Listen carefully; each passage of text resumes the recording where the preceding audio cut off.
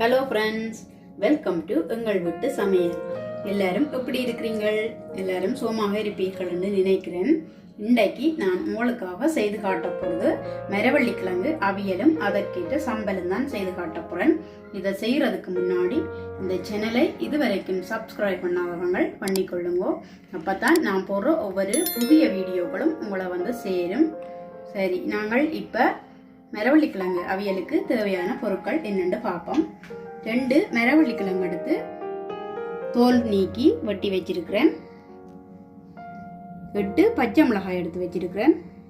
12 சின்ன வெங்காயம் எடுத்து வச்சிருக்கிறேன். கொஞ்சம் தேசி புளி, தேவையான அளவு உப்பு. இவ்வளவுதான் செய்ய தேவையான பொருட்கள். வாங்கோ என்னென்னு செய்யலாம்னு பார்ப்போம். இப்போ நான் அந்த மரவள்ளிக்கிழங்கு அவிச்சு எடுக்க போகிறேன். அதுக்கு ஒரு பாத்திரத்தில் தேவையான அளவு தண்ணி வச்சுட்டு அடுப்பை கூட்டி வச்சு மரவள்ளிக்கிழங்கு இதுக்குள்ளே போட போகிறேன்.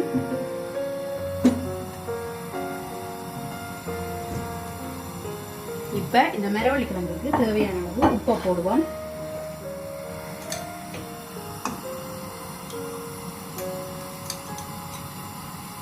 நான் 1.5 டீஸ்பூன் போட்டிருக்கிறேன். இப்போ இது நல்லா அவியட்டும். நான் இப்போ இந்த மரவள்ளிக்கிழங்கு மூடி போட்டு அவிய வச்சினான். ஒரு 15 நிமிஷம் அவிஞ்சு கொண்டிருக்கு. இதை இப்போ பார்ப்போம். அவிஞ்சிட்டு ஒரு கத்தி எடுத்து இது விட்டு பார்த்தீங்கன்னாலே தெரியும். அவிஞ்சிட்டுது. கத்தி உங்களுக்கு இறங்குது. இப்போ அடுப்பை ஆஃப் பண்ணிட்டு இதை வடிச்சு எடுப்போம்.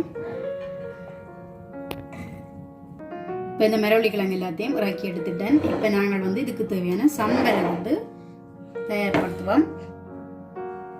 இதுக்கு நான் 8 பச்சை மிளகாய், 12 சின்ன வெங்காயம், அடுத்த இதுக்கு தேவையான அளவு உப்பு போட போகிறேன். 1/2 டீஸ்பூன் அந்தளவு காணும். இப்போ நான் இதை அடிச்சு எடுக்க போகிறேன். இப்போ இந்த சம்பலை அடிச்சிட்டேன். உப்பை செக் பண்ணிக்கொள்ளுங்க. மற்றது உங்களுக்கு உரைப்பு குறைய விரும்பினா பச்சை மிளகாய் அளவை குறைச்சி போடுங்க. இதுக்கு நீங்கள் கொச்சிக்காயும் சேர்த்து அடிக்கலாம். அதுக்கு நல்லா இருக்கும். ஏன்னா மரவள்ளிக்கிழங்கு அவியலுக்கு நல்ல உரைப்பான சம்பலை வச்சு சாப்பிடத்தான் சுவை கூடுதலாக இருக்கும்.